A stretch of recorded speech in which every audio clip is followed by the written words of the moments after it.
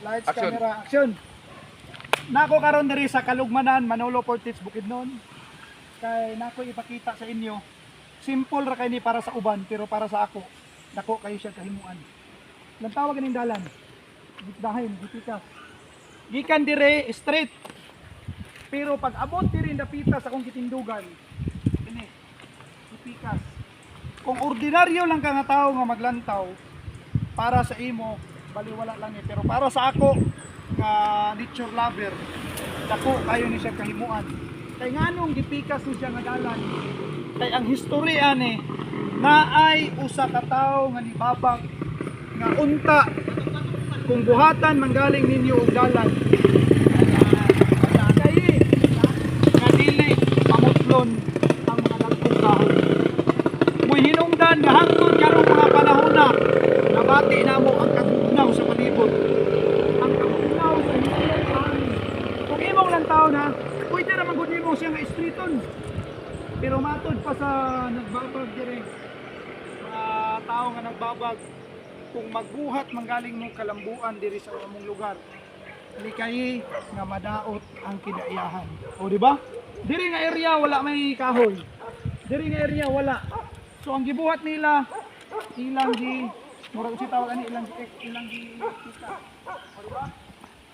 Kaya kung wala pa yung nagbabag, ilang mga dagko nga kahoy karon nga pila na katuig ay ha siya mahimong mga kadako. Dili o ang kabugnaw kalandong sa palibot dili na nimo matagamtaman. So amo lang ni siyang gi-vlog, among gipakita sa inyo para maipakita kung unsa ka kinibitaw, unsa ka importante nga ang kalikasan dili na tumadaot. Magreklamo ka nga sa atong lugar, sa atong syudad, init kaayo, labi na panahon sa kagabion, grabe kaigang, kinahanglan tag mga aircon, pero nasayod pa ka nga pinaagi ng tabo na siya tungod sa gihapon sa atong walay pagpakabana. Para ano kung pwede naman kung siya streeton, gubaon, putlon ng tanan mga kahoy, pero gipangitaan nila pamaagi. Kung makita nimo ning dalan at tuon man na nato dito karon sa unahan, kumpay na pud ni pag-abot sa unahan. Tungod kay ila lang gilikayan ang mga dagko kayo nga mga kahoy. O di ba? Pwede di ay magbuhat pag kalambuan sa usa ka lugar dili ka makadaot sa kinaiyahan. Labi na kita ra man gyud hinungdan sa plywood din.